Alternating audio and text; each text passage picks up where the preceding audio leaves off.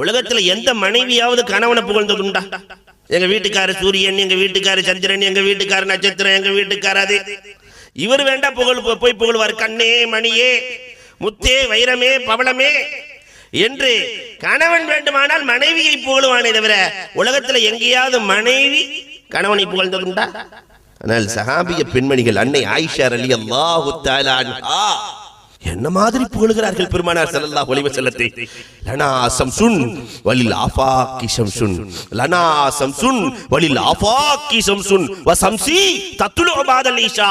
எங்களுக்கும் ஒரு சூரியன் உண்டு, வானத்திற்கும் ஒரு சூரியன் உண்டு. ஆனால் எங்கள் சூரியன் கண்மணி நாயகம் இரவில் தான் உதயமாவார்கள்.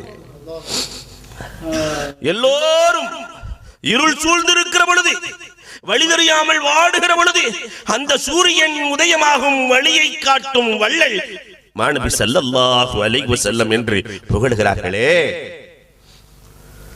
மாதி மனைவிமார்களே மாதிகாக இருந்தார்கள்.